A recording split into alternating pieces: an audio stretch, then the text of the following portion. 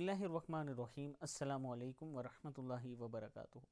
आबिद राजा channel की तरफ से आज मैं अपने दोस्तों को कुछ ऐसा अमल बताऊंगा कि जब भी आप मुश्किल में हो ये अमल किया करें, इंशाअल्लाह आपकी मुश्किल आसान होगी।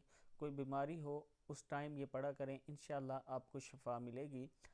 अमल सुनने से पहले मैं अपने तमाम दोस्तों से गुजारिश करूंगा कि अगर अभी तक मेरे चैनल आबिद राजा को आपने सब्सक्राइब नहीं किया तो ज़रूर कर लें ताकि डेली आप तक अच्छी अच्छी वीडियो पहुंच सकें। तो स्टार्ट करते हैं आज का लेसन। बिस्मिल्लाहिर्रहमानिर्रहीम।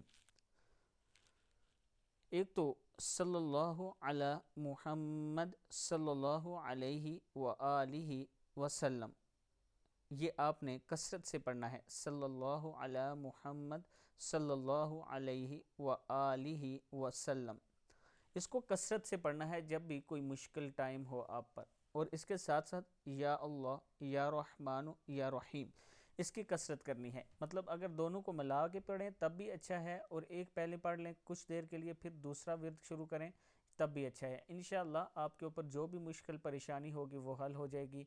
पढ़ना कैसे है, पहले दुरूद शरीफ पढ़ना है, सल्लल्लाहु अला मुहम्मद सल्लल्लाहु अलैहि व आलिहि वसल्लम।